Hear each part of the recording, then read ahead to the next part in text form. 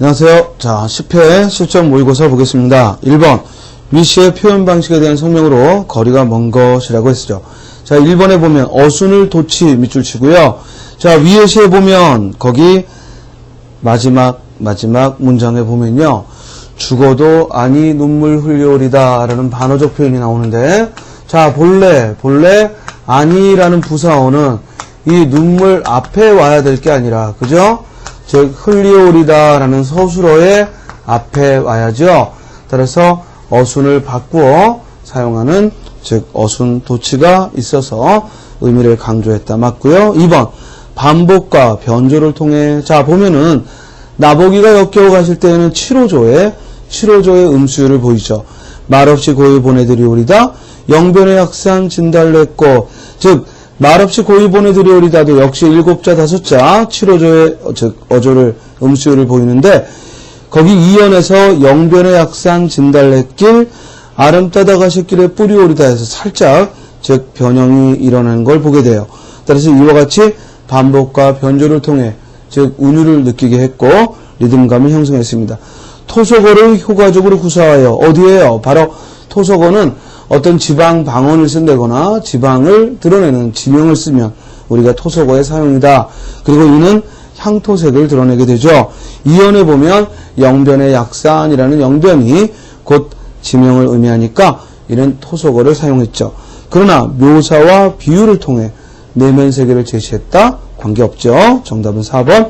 미술신 시어 중 기억과 함축적 의미가 유사한 거. 자, 진달래꽃에서 여기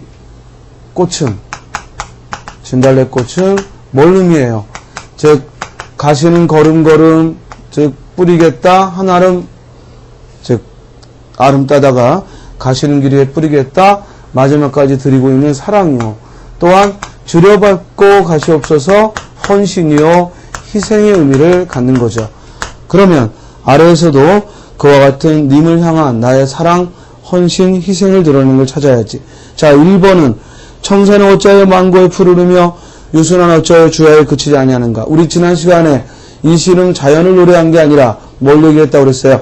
청산과 유수와 같은 자연물과 대비하여 인간도 그치지 말고 망고 상청하리라, 즉 끊임없이 학문을 하라.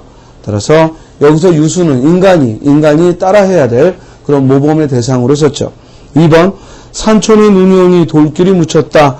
시비를 열지 마라. 날 찾으리 날 찾으리가 누가 있으랴.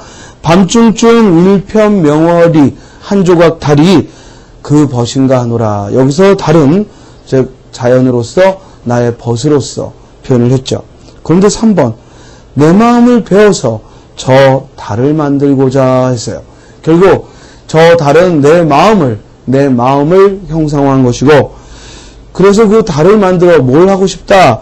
구만리장천에 번듯이 걸려 고은님 계시는 곳에 비추어 보리라. 따라서 님이 가는 발걸음을 비추어 주겠다.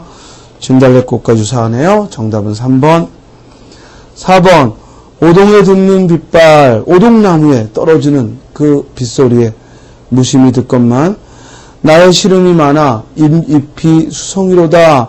마치 그 잎에 빗방울이 하나둘 떨어질 때마다 마음이 쓸쓸하다. 이후야 입 넓은 나무야 심을 줄이 있으랴. 자, 따라서 이 오동나무에 떨어지는 그 빗방울 소리에도 나의 수심을 돋우니까 앞으로는 잎이 넓은 그런 나무는 심지 않겠다라는 얘기죠. 따라서 여기서 오동나무는 나의 심에, 나의 마음을 두드리는 그런 빗소리의 매개체가 되니까, 즉 어떤 사랑과 헌신이라고 보기는 어렵고 쓸쓸함, 이를 드러낸다고 봐야죠. 3번 봅니다. 다음 글에 대한 설명했는데 윤선도의 어부사시사죠. 우는 것이 뻐국인가 푸른 것이 버들숲인가. 즉 울다라는 청각적 심상과 푸르다라는 시각적 심상의 그런 색채 감각의 대비가 보이고요. 이어라 어촌 두어집이 내 속에, 내는 안개를 말하죠. 안개 속에 들락날락 하는 것 같다. 자, 안개가 껴서 집이 보였다 안 보였다 하는 것을 마치 집이 들락날락 하는 것 같다. 화류법을 썼죠. 화류법을 써서 즉 가만히 있는 집이 마치 움직이는 것처럼 화류법을 썼고, 지국청 어사와 이는 노젓는 소리를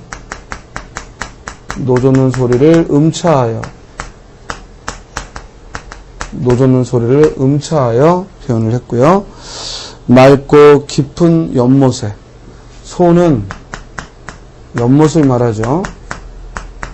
맑고 깊은 연못에 온갖 고기가 뛰논다 라고 해가지고, 즉 봄의 생동감을 드러냈습니다. 우리 어부사시사는요, 이렇게 사계절의 생동감을 즉 모두 40수로 드러내는 시조죠. 4번, 대조를 통해 자연과 세속의 거리감, 이는 관계없죠. 오히려 이와 같은 즉 청각과 시각의 대비를 통해서 그 봄의 아름다운 풍경을 얘기했고, 따라서 4번은 관계가 없네요. 3번의 정답은 4번. 4번, 다음 내용들을 유형화하여 밑줄 쳐요. 진정한 행복은 어디에서 오는가에 대한 답을 얻었어요. 가장 적절한 것은 했습니다. 그렇다면 이건 무슨 문제냐면, 여기 나와 있는 기역, 니은, 디귿, 리을도 있고, 이 글을 통해서 알 수 있는 진정한 행복은 무엇이냐라는 거예요. 가진 것이 많은 사람은 더욱더 많은 걸 얻기 위해 애를 쓰고 괴로워하고, 또 여름의 더운 날씨에 시원한 탄산음료수 한 잔은 잠깐의 청량감을 제공하지만 입안을 텁텁하게 해서 계속되는 갈증에 시달리게 하고, 또 한 가마의 쌀을 가진 사람이 99가마의 쌀을 가진 부자보다 선행을 베풀 가능성이 더 높다는 것. 왜냐하면 부자는 한 가마를 더 보태서 100가마를 만들고 싶어 하기 때문이다. 자, 이쯤 되면 이제 주제가 보이죠? 행복은 어디서 온다? 많이 가져서 오는 것이 아니라 결국에는 절제에서 온다라는 거죠. 정답은 2번. 우리도 가만히 보면은 뭐 정치인들이든 아니면 주변에 보통 사람들도 욕심을 부리다가 결국에는 화를 초래하는 경우가 많죠. 그래서 우리 한자성어로 또 뭐가 있나요? 과요불급, 그죠? 지나치면 모자라면 못하다, 이런 표현을 씁니다. 자, 5번, 텔레비전 방송에서 자주 사용되는 표현들이다. 올바른 거, 좋은 사람 있으면 소개시켜주마. 자, 선생님이 그랬지, 시키다라는 말이 들어가면 일단 의심해보라 했어요. 우리말에 시키다는 사동문에만 써야 하는데, 사동 표현이 아닌 곳에 시키다를 쓰면 얘는 적절하지 않죠. 여기서도 소개해주마 라고 해야지 소개시켜주마 라고 하면 안 되죠. 말하는 화자가 소개하는 인물이니까 즉 주동으로 표현을 해야죠. 1번 틀렸고, 2번 편안한 밤 되시길 바랍니다. 자, 사람이 편안한 밤이 될 수는 없잖아, 그죠? 그럼 뭐야? 편안한 밤을 지내시길 바랍니다. 또는 보내시길 바랍니다 라고 해야죠. 그 사람 성격이 매우 좋아요. 정답이죠. 만약에 이걸 좋은 것 같아요, 이렇게 주관적인 표현에 같아요를 쓰면 안 되고, 그죠? 매우 좋아요 라고 써야죠. 정답은 3번. 새해부터는 주가가 오를 전망입니다. 자, 우리 전망이라는 말은 명사인데 얘는 주로 하다나 또는 전망되다, 이렇게 동사로서 즉 표현을 하죠. 따라서 전망하다, 전망되다라고 써야 되고, 여기서 새해부터는 주가가 오를 것으로 전망합니다. 주가가 오를 것으로 전망됩니다 라고 해야죠. 6번 봅니다. 다음 기역 리을의 문맥적 의미로 틀린 것 됐습니다. 고슴도치도 제 자식은 함함하다고 하여, 이때 함함하다 하면은 부드럽다, 따라서 만족스럽게 여긴다는 거죠. 호랑이도 자식 낳은 고래는 두남을 둔다라는 것은, 두남 두다라는 것은 편들다라는 거죠. 정답은 2번. 이것은 짐승의 세상에서만 그런 것이 아니다. 인간 사회에서도 항상 당하고 보는 일이다. 아무리 호박 굴통이같이 못생긴 것이라도, 즉 제 자식을 예뻐서 물고 빨고 하며 남의 자식 잘나는 것을 볼 때는 그저 그럴싸하게 여기는 게 또한 사람의 일이다. 제 것이면 도두 본다 하는 것은 실제보다 좋게 보고, 남의 것은 깔보려 하는 것이 인간의 숙명적인 성격인가 보다. 그래서 우리 두남두다는 이제 여러 차례 시험에 나왔었는데요. 편을 들다. 그죠? 정답은 2번. 7번 외래어 표기 바른 거. 화이팅이 아니고요. F는 모두 피읍. 따라서 파이팅. 스포츠고요. 하이라이트가 아니라 하이라이트죠. 하이라이트. 2번 코미디고 링거죠. 정답은 2번. 소세지가 아니라 소시지고요. 그리고 텔레비전이 아니라 우리말의 외래어 표기는 지읒, 치읒에 지읒이나 치읒에 야, 여, 요, 유 모수입니다. 그 자리에 아, 어, 오, 우를 써야죠. 따라서 텔레비전 라고 해야죠. 다음 플랜카드가 아니라 플래카드 플래카드라고 해야겠고요. 리모컨이 아니라 리모컨. 정답은 2번, 8번. 자, 소설을 주고요. 즉 다음 글에서 시간상 가장 먼저 일어난 거 됐습니다.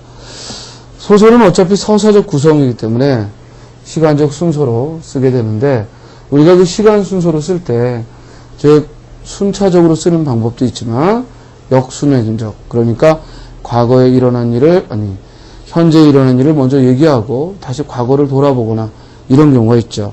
자, 본문을 보면요. 어스름을 기다려 살던 집 골목을 들어서니 사정은 역시 K시에서 듣고 온 대로였다. 집은 텅텅 비어진 채였고 식구들은 어디론가 간 곳이 없었다. 자, 지금 기억은 현재 K시에서 내가 듣고 집에 왔을 때 현재의 즉 상황이죠. 이렇게 기준을 정해야 돼요. 현재의 상황. 나는 다시 골목 앞에 살고 있던 먼 친척과 누님을 찾아갔다. 근데 그 누님의 말을 들으니 노인이 뜻밖의 아직 나를 기다리고 있다는 것이다. 여기가 어디냐? 내가 누군지 내 집 앞 골목에 이렇게 서성대고 있었냐 하느란 말이냐? 한참 뒤에 어디선가 누님의 소식을 듣고 달려온 노인이, 자, 내가 지금 현재의 처지에서 누이를 만나서 이야기하고 있는데 그 소식을 듣고 노인이 달려왔다라고 했죠. 그죠? 그렇다면 누이는 기억의 다음이죠. 문간 앞에서 어정어정 망설이고 있는 나를 보고 다짜고짜 나무랐다. 행여나 싶은 마음으로 노인을 따라 문간을 들어섰으나 집이 팔린 것은 분명해 보였다. 그날 밤 노인은 옛날과 똑같이 저녁을 지어내왔고 거기서 하룻밤을 함께 지냈다. 그리고 이튿날 새벽 일찍. 자, 그렇다면 이는 언제냐면요, 바로 내가 우리 집이 팔려버린 걸 즉 확인하고 그 이후에 즉 노인과 나는 즉 다음날 이튿날 새벽 K시로 나를 되돌려 보냈다라고 했죠. 나중에 한 일이지만 노인은 거기서 마지막으로 내게 저녁밥 한 끼를 지어 먹이고 당신과 하룻밤을 재워보내고 싶어 새 주인의 양해를 얻어 그렇게 혼자서 나를 기다리고 있었다는 것이다. 언젠가 내가 다녀갈 때까지는 내게 하룻밤만이라도 옛집의 모습과 옛날의 분위기 속에 자고 가게 해주고 싶어서인지 모른다. 하지만 문간을 들어설 때부터 그 집안 분위기는 이사를 나간 빈집이 분명했었다. 한데도 노인은 그때까지 매일같이 그 빈집을 드나들며 먼지를 떨고 걸레질을 해온 것이었다. 자, 여기서 디귿에서 이미 나는 이제 다음날 노인의 배웅을 받고, 그러니까 어머니죠. 어머니의 배웅을 받고 K시를 떠났고, 반면에 노인은 내가 오기 이전부터 즉 걸레질을 하면서 먼지를 떨고 있었으니까 리얼이 가장 먼저 일어난 일이죠. 우리 이청준 선생의 눈길이라는 소설입니다. 즉 어머니가 하나뿐인 자식을 위해 이미 집안이 기울어졌는데도 그걸 드러내지 않으려고 즉 이미 팔려버린 집을 가서 쓸고 닦고 하면서 즉 자식에게 눈치채지 않게 했던 그 행동이 가장 먼저 일어나야겠죠. 정답은 4번입니다. 자, 9번 다음 시에 대한 설명 중 틀린 거 김수영의 폭포라는 시인데요. 즉 현실과의 타협을 거부한 서정육자의 의지가 드러난다. 즉 거기 보면 폭포는 고든 절벽을 무서운 기색도 없이 떨어진다. 규정할 수 없는 물결이 무엇을 향해 떨어진다는 의미도 없이 계절과 주야를 가리지 않고 고매한 정신처럼 그랬죠. 결국 폭포를 그 폭포의 속성으로 고매한 정신을 들었어요. 이는 곧 폭포가 갖고 있는 고귀한 성질, 따라서 굽히지 않는, 즉 현실과의 타협을 거부하는 그런 화자의 의지를 폭포를 통해 드러내고 있는 거지. 맞고, 이 시의 작가는 참여적 경향이 강한 시를 썼으며 여기까지는 좋은데 서사시 금강을 남겼다. 자, 문학사적 문제지. 우리 서사시 금강은 이 김수영과 비슷한 시기 60년대의 라이벌이었던 바로 이 신동엽 시인의 개그맨 아니다. 개그맨이 아니고 60년대 즉 김수영 시인과 함께 즉 서로 쌍벽을 이루던 신동엽 시인의 즉 서사시죠. 따라서 2번이 틀렸네요. 주지적이고 상징적인 표현을 준다. 자, 우리 김수영은 주지주의적 그런 시를 썼는데요. 주지주의란 얘기는 즉 감정의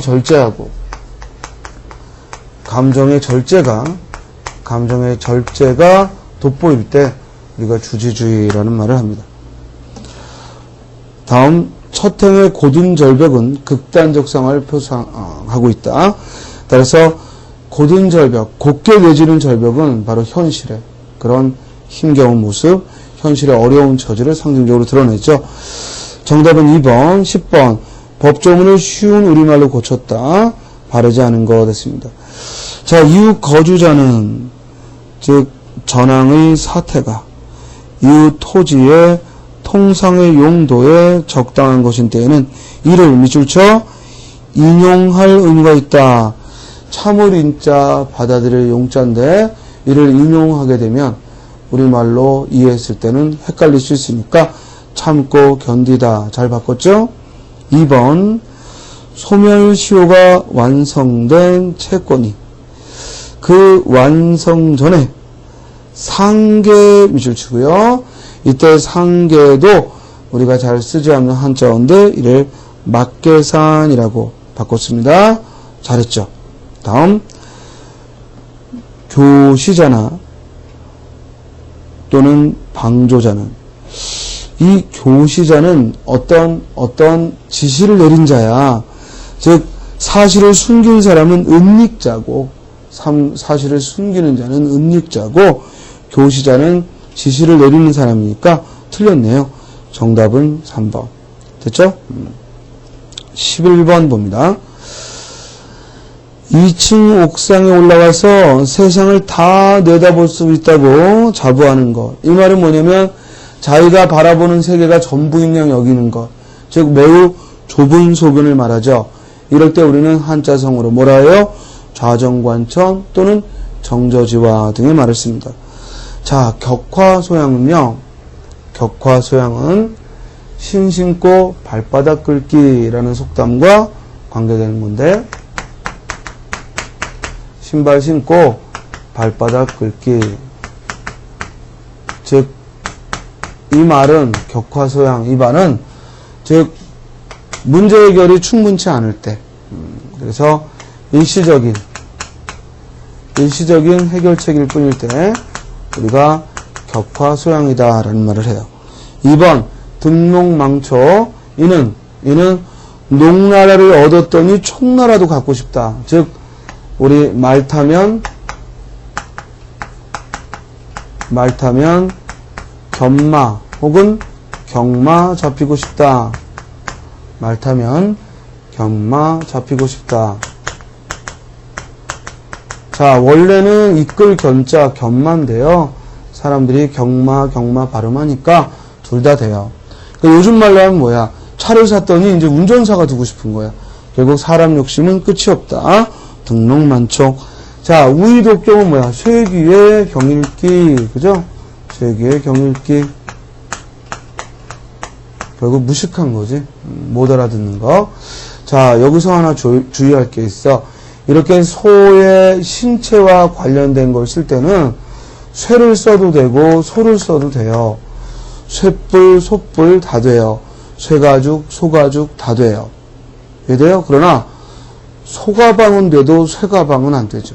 무슨 말이냐면 그 소의 신체와 관련될 때는 쇠와 소가 둘 다 표준어지만 소의 신체가 아닌 다른 걸 가리킬 때는 소만 쓸 수 있습니다. 자, 정답은 4번 좌정관천. 우리 관계된 속담 뭐야? 우물안 개구리, 즉 좁은 소견을 말하는 우물안 개구리식의 사고다라고 하죠. 12번 갑니다. 기억에서 마당의 의미가 변한 것과 같은 경우는, 자, 우리 의미 변화에는 세 가지 종류가 있다라고 했습니다. 즉 의미가 원래 가지고 있는 뜻보다 더 넓어지면 확장이라고 하고요. 그리고 원래 가지고 있는 뜻보다 줄어들면 축소라고 하고요. 전혀 별개의 의미로 변하면 이동이라고 해요. 따라서 의미 변화의 종류에는 이와 같이 확장, 축소, 이동이라는 세 가지 유형이 있습니다. 자, 차례를 첫째 마당, 둘째 마당과 같은 이름을 사용하여 꾸몄던 것이다. 일상생활에 흔히 쓰는 평평하게 닦아놓은 땅을 뜻하는 마당에다가 책의 내용을 가른다는 새로운 뜻을 주었다. 그러니까 본래 가지고 있는 뜻에 새로운 뜻이 더해졌다. 뭐예요? 확장. 자, 1번 짐승은 원래 유정물을 가리켰는데 지금은 인간을 제외한 뭐야? 축소. 다음 씩씩하다는 원래 엄하다라는 말이었는데 지금은 씩씩하다라는 말로 뭐야? 이동이죠. 코는 코가 흐른다에서 보듯이 콧물의 의미로도 쓴다. 그러니까 본래 신체를 나타내는 코의 의미도 있고 거기에 콧물의 의미가 더한 거니까 확장이죠. 정답 몇 번? 3번. 가르치다라는 말의 옛말은 가르치다와 가리키다의 의미를 모두 가지고 있는데 지금은 가르치다의 의미만 갖는다. 이는 축소죠. 13번. 다음 글의 특징으로 잘못된 거 우리 유상가의 일부입니다.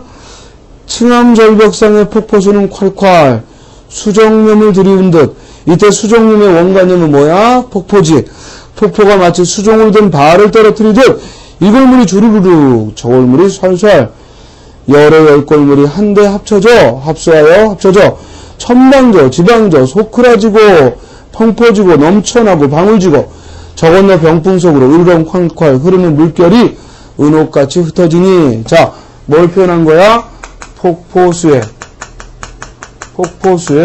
아주 그 역동적인 측면을 노래했고, 이는요 원래 지금 유상가라고 했잖아요.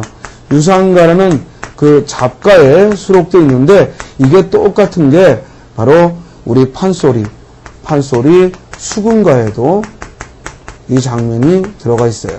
그러니까 이건 뭘 의미하냐면 이 유상가, 잡가가 다양한 형식을 빌려오다 보니까 판소리의 그런 특징적인 부분도 빌려와서 모방해서 표현했음을 볼 수 있는 구절이죠.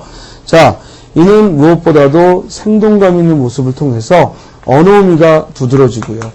우리 언어미를 아주 생동감 있게 썼고, 그러므로 문학의 미적 범주 중에서 우아미를 드러내. 우리 친구들이 조심할 건 이 잡가가 평민층의 노래다 보니까 이게 유흥가고 평민층의 노래다 보니까 자꾸 그냥 골개미, 해양미 이렇게 생각하는데 이 부분, 즉 폭포수의 역동적 측면을 얘기하고 있는 이 부분에서 우리는 우아미를 엿볼 수 있고, 유상가에는 어떤 풍자의 성격이 없어요. 따라서 1번 풍자 해양미를 통해 틀렸죠. 됐습니까? 그러니까 내용 파악도 잘 모르면서 그냥 암기했던 친구는 틀리게 되는 거야. 자, 거기 본문의 맨 끝에 소부흥이 문납하던 기사한 영수가 얘 아니냐. 기사한 영수라는 말은 바로 무릉도원, 즉 아름다운 자연을 드러내는 거고, 따라서 의성의태를 통해 우리말의 미감을 살렸고요. 경쾌한 율격을 바탕으로 봄의 경치를 묘사했고요. 또한 양반문학과 평민문학의 양면성을 드러낸다라고 했는데, 자, 요것도 주의할 게 뭐냐면, 표현 자체로 본다면, 이 유상가, 즉, 잡가는 양반층에 대한 모방의 심리가 있어요. 양반층의 그 모방. 양반들이 보여줬던 그런 세련된 문체를 모방하는 성격이 있다고. 이건 표현의 측면에서. 물론 평민층의 그런 저속한 표현 또는 생동감 있는 것도 있고요. 그러니까 이중적인 게 맞죠. 그러나 조심할 건 뭐냐면 향유계층은 이중적이지 않고 오로지 뭐야? 평민층만 즐겼다는 거. 판소리하고 다른 점이지. 판소리는 양반과 평민이 함께 즐겼지만 이 잡가는 향유계층이 평민층에 한정된다. 이거 주의하기 바랍니다. 따라서 13번이 정답은 1번. 14번 밑줄친 부분의 뜻은 수필이 비단이라면 번쩍거리지 않는 바탕에 약간의 무늬가 있다 라고 했을 때 이 약간의 무늬는 바로 유머를 말하죠. 유머 비트. 정답은 4번. 15번 봅니다. 방사선 비상사태 시 주민보호조치의 기본 원칙이었는데 기억미음을 문맥에 맞게 배열하라. 선택지 먼저 보라 그랬지? 즉 선택지에 보니까 니은 아니면 리을이야. 니은 아니면 리을. 자, 그럼 니은과 리을을 비교하면 니은은 어떤 보호조치를 시행할 것인가 라고 구체적인 어떤 보호조치, 어떤 조치를 실행할 것인가 라고 했고, 리을에서는 방사선 비상사태 시 주민에 대해, 즉 방사선 피폭을 줄이기 위해 취하는 조치, 이 리을에서는 일반적 조치를 이야기했으니까 리을이 먼저지. 그리고 리을 다음에, 즉 디귿과 니은 중에 이러한 조치를 취하게 되면 하고 디귿에 나와 있고, 이 디귿은 일반적 조치, 갑성의 본유, 투어, 이주 등을 리을에 나와 있는 걸 가리키니까 이 이러하다라는 지시어에 우리가 힌트를 삼아서 디귿이 리을 바로 뒤에 오면 좋겠다. 정답 몇 번? 3번. 16번. 글을 요약하라 했습니다. 자, 글을 요약할 때 가장 주의할 건 무엇보다도 핵심어가 들어가 있어야겠고요. 자연이 생물을 만들어낸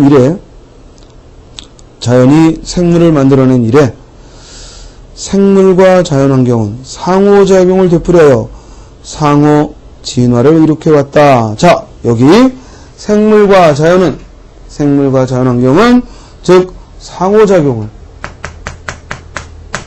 즉 생물과 그리고 자연환경은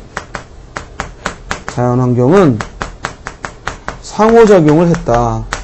그러면서 서로 즉 진화해 왔다라는 얘기야. 인간도 다른 생물과 마찬가지로 즉 진화의 결과로서 탄생한 자연의 역사적 산물이며 자연을 구성하는 일부분이다.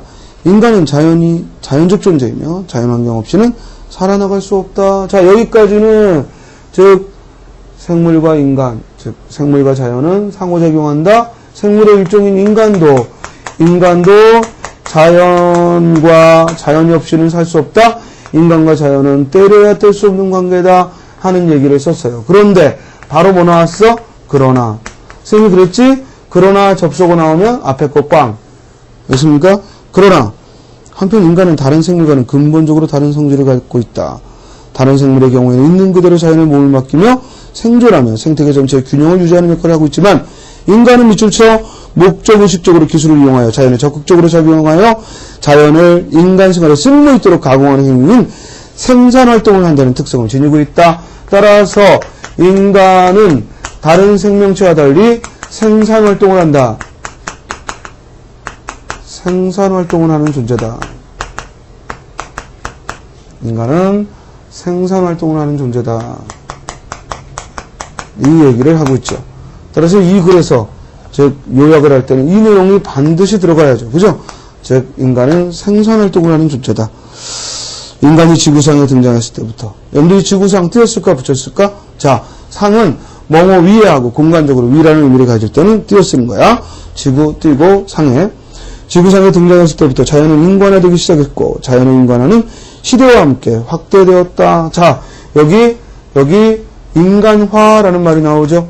따라서 지금 이 글은 인간과 자연에 대한 얘기를 했는데 인간은 생산활동을 하는 존재라 즉 자연을 인간에게 맞게끔 인간화했다는 거예요. 따라서 핵심어에는 반드시 인간화라는 말이 들어가줘야 되고 자연이라는 말이 들어가줘야죠. 따라서 아래에서 인간화 그리고 생산활동을 하는 존재라는 인간의 특성이 모두 들어있는 거 2번이죠. 생산활동을 하는 인간의 특성 때문에 자연은 인간이 지구상에 등장했을 때부터 인간화되어 왔다. 결국 이 글의 중심 문장은 마지막에 집중되어 있었습니다. 17번 봅니다. 다음 글을 바탕으로 글쓴이의 고향에 대한 이미지를 형성하라 했습니다. 라디오와 텔레비전이 보급되기 전이었겠지만 어렸을 때 내가 제일 좋아한 것은 어머니나 아버지의 무릎을 베고 드러누워 옛날 이야기를 듣는 것이었다. 그 옛날 이야기의 종류는 아주 다양했어. 전래의 동화에서부터 내가 잘 알 수 없는 나라의 이야기에 이르기까지 종횡무진이었다. 나는 커서 그 이야기들의 거의 대부분을 이 책 저 책에서 다시 확인할 수 있었지만 물론 그 재미는 옛날만 못했다. 어렸을 때 즐겨 먹던 목화, 다래, 감꽃, 삘기, 조선시대 꼬랑이 등이 먹고 싶어 나이 든 뒤에 어렵사리 그것들을 구해 먹었을 때와 즉 비슷하게 그 옛날 이야기들은 추억의 달무리 속에서 더욱 빛나고 있었다. 자, 이 필자가 생각하고 있는 고향은 곧 추억을 떠올리게 하는, 즉 추억을 떠올리게 하는 그런 대상이죠. 그럼 아래에서 결국 추억을 갖고 있는 곳, 그리고 포근한 곳, 따뜻한 곳, 이런 이미지의 고향을 찾아야지.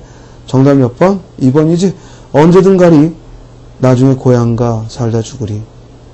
메밀꽃이 하얗게 피는 꽃. 좋죠? 꿈이면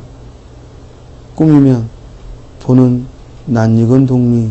즉 늘 꿈을 꾸면 보게 되는, 그지? 꿈을 꾸면 보게 되는 그렇게 추억의 즉 장소로서 고향 동네를 떠올리고 있습니다. 따라 정답은 2번. 자, 1번. 험한 발에 짓밟힌 고향. 아득한 꿈에 달려가는 길이건만 서로의 굳은 뜻을 남에게 빼앗긴 옛사랑의 생각 같은 쓰린 심사여. 이때 고향은 짓밟힌 곳이기 때문에 떠올리면 마음을 쓰라리게 하는 그런 곳이라는 얘기고요. 3번. 아무도 찾지 않으려네 내 살던 집 툇마루에 앉으며 벽에는 여직도 쥐어주 멀룩져 있으리. 담 너머로 늙은 수나무 잎 날리거든 두레박으로 우물물 한 모금 떠마시고. 결국 이때 고향은 뭔가 좀 황폐한, 아무도 찾지 않을 곳, 그런 이미지를 가지고 있습니다. 4번. 고향에 돌아와도 그리던 고향은 아니로뇨. 결국 변해버린 고향이죠. 즉 고향은 이미 변해버린 곳. 그래서 마음은 제 고향을 지니지 않고 먼 항구로 떠도는 구름. 결국 고향은 안정을 주지 못하고, 즉 다시 돌아와서 물리적으로 바라본 그 고향은 내 마음속에 있던 그런 고향이 아니다 라고 했습니다. 자, 18번이요. 다음과 같은 글의 특징으로 틀린 거. 자, 뭘 물어보는 거냐면요, 설화의 종류라는 그 지식이 좀 필요하죠.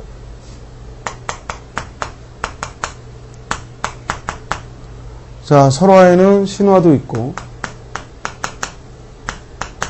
민담도 있고 그리고 전설도 있죠. 자, 신화는 영웅이 주인공이 되는, 그리고 매우 나라마다 민족마다 퍼져가는 이야기고, 민담은 가장 보편적인 범세계적으로 펴지는 흥미로운 이야기를 말하고요. 전설은 아주 국지적이죠. 어떤 특정 지역 또 특정 사물과 관계된, 그 연기물과 관계된 이야기가 전설이에요. 여기 용소는 장현읍에서 하고 구체적 지명이 나오잖아. 그지? 그 한 20리 되는 거리에 있는데, 장현읍에서 그 서도민으로 유명한 몽금포 타령이 있는 데거든? 그 몽금포 가는 길 옆에 그 용소라는 것이 있는데, 그 전설이 어떻게 됐냐 할 것 같으면 그렇게 옛날 역적 얘기지. 자, 체록한 거죠. 즉 실제로 그 이야기를 들려주는 할아버지 말씀을 체록했어요. 그래서 그거를 체록해서 그대로 그 구어체 표현 그대로 표현했습니다. 1번 서사 구조가 있고요. 민간의 구조되어 오고요. 구체적 증거물이 존재하죠. 그러나 신성한 장소가 배경이 되고 있는 건 뭐에 대한 설명? 그렇죠. 신화에 대한 설명입니다. 신화가 신성한 장소를 배경으로 하고요. 반면에 전설은 구체적인 시공간을 배경으로 합니다. 반면에 또 민담은요, 불특정 장소, 즉 뭐 옛날 옛적 어느 마을에 이렇게 불특정 장소를 배경으로 하면 민담이 되고, 이렇게 어떤 신성한 장소를, 즉 우리 당군 신화에도 신단수라는, 그지? 즉 신성한 장소가 등장하면 이는 곧 신화를 가리키죠. 따라서 관계없는 거, 이거는 전설이니까 관계없는 거 4번이죠. 19번 한자 표기 올바른 거 했는데요. 자, 국어사전 옆에 딱 두고, 알겠어요? 단어 하나하나 찾아서, 즉 뭐가 맞고 뭐가 틀리는지 직접 써보시고 그리고 접근하시면 좋겠습니다. 정답은 3번이죠. 정신과 그리고 생활. 자, 20번으로 갑니다. 여러분들 이제 우리 이론반 그리고 또 문제풀이, 단원별 문제풀이를 마치고 모의고사 지금 10회분을 했습니다. 그리고 중간에 한번 국가직도 해설을 했고요. 여러분들 앞으로는요, 이제 여러 종류의 기출문제가 있을 거예요. 그런 기출문제들 가급적이면 인터넷에 쭉 무료로 개방하고 있으니까 그런 기출문제들은 수시로 풀고, 뭐 정 안 되면 이 전과목별로 또 이 값싼 기출문제 해설집들이 있으니까 이런 책들을 참고해서 가급적 기출문제를 자꾸 되풀이 하시기 바랍니다. 그리고 여러분들이 봐야 될 교재와 내용은 우리 지금 제가 작성해준 이 수험서와 문제집이면 충분합니다. 그리고 여기에다가 플러스 할 것은 이제 실제로 출제된 뭐 7급 기출문제, 9급 기출문제, 또 국회지, 그리고 법원지, 그리고 또 기상청 문제가 또 매년 보죠. 즉, 그리고 또 경찰청도 이제 국어시험을 보고요. 그러니까 이렇게 국어시험과 관련된 우리 공무원 시험에 뭐 직렬을 불문하고 우리 공무원 시험과 관련된 그런 기출문제들은 가급적, 즉, 시험 보기 전까지 항상 찾아서 풀고, 즉, 왜 이게 정답이고, 왜 이건 답이 아니고, 이런 것들을 연습하시기 바랍니다. 자, 이제 마지막 문제 20번 보겠습니다. 다음 중 기억의 구체적인 예로 적절한 것은 있습니다. 자, 언어 표현이 진부해졌을 때 그것을 신선한 맛을 가진 새 표현으로 바꾸려는 미축처 대중적 욕구 때문에 생겨나는 것이라고 했습니다. 자, 이 글은 앞에서도 한번 살폈듯이 새말이 발생하는 유형, 그래서 새말은 자연 발생적으로 만들어지는 것이 있고 정책적으로 만드는 것이 있다고 그랬어요. 그리고 지금 밑줄 친 부분은 뭘 가리키는 거야? 즉 자연 발생적으로 만들어 쓰는 경우에 대한 상수를 하고 있으니까 1번 신입생을 새내기라는 말을 고쳤다. 자, 이걸 정책적으로 바꾼다는 얘기는 교육부에서 이런 식으로 써라 라고 지침을 내린다는 건데, 아니 교육부 어떤 사람이 신입생 한자어 대신에 새내기하고 젊은 애들이 쓰는 말을 쓰라고 하겠어요. 따라서 이건 자연 발생적으로 우리 학생들이, 그죠? 젊은 학생들이 자연 발생적으로 썼던 거죠. 정답 몇 번? 1번. 반면에 X는 일본식 발음이니까 X라고 하거나, 우동이라는 것도 또 지나친 외래어니까 가락국수라고 하거나, 또 조깅이라는 말 대신에 건강 달리기라는 우리말을 쓰자. 이런 것들은 정책적으로 교육부에서 또는 문화관광부에서 즉 방송 매체를 통해서 강조하고 또 여러분들에게 바른 우리말을 써라 하고 이렇게 정책적으로 의도하는 말이다. 우리 정책적인 말 중에 성공한 게 뭐냐면요, 갓길이라는 게 있어요. 옛날에는 한자어로 노견, 그죠? 노견 이런 말을 썼는데 지금은 거의 뭐 이 말을 잊어버렸죠. 그래서 갓길이란 말이 가장 성공적인, 선생님이 봤을 때는 가장 성공적인 그런 정책 조어 중에 하나라고 생각이 듭니다. 자, 이렇게 해서 모의고사 10회분, 즉 여러분들 200문제를 같이 살펴봤고요. 그리고 또 단원별 문제를 봤습니다. 자, 한 번만 이렇게 듣고 이해하려고 하지 마시고 2번, 3번 반복하시면서 여러분들 열심히 공부해서 좋은 결과 있기를 바라겠습니다. 그리고 항상 궁금한 거, 질문할 사항 있으면 메일로 질문하시고요. 언제나 수험생활은 합격하는 그날 수험생활이 끝나는 거니까 항상 겸손한 마음으로 또 착한 마음으로 그리고 주변의 친구들한테 나쁜 짓 하지 말고 좋은 마음과 좋은 생각으로 열심히 공부하셔서 합격하여서 훌륭한 공무원이 되시길 바라겠습니다. 예, 바라겠습니다가 아니라 바랍니다라고 해야죠. 바라다라는 말은 이미 앞으로 일어날 일에 대한 기대를 말하니까 개수 쓸 필요 없습니다. 예, 합격하시고요. 좋은 결과 있기 바랍니다. 예, 그동안 수업 듣느라고 고생 많았습니다. 예, 수고하셨습니다.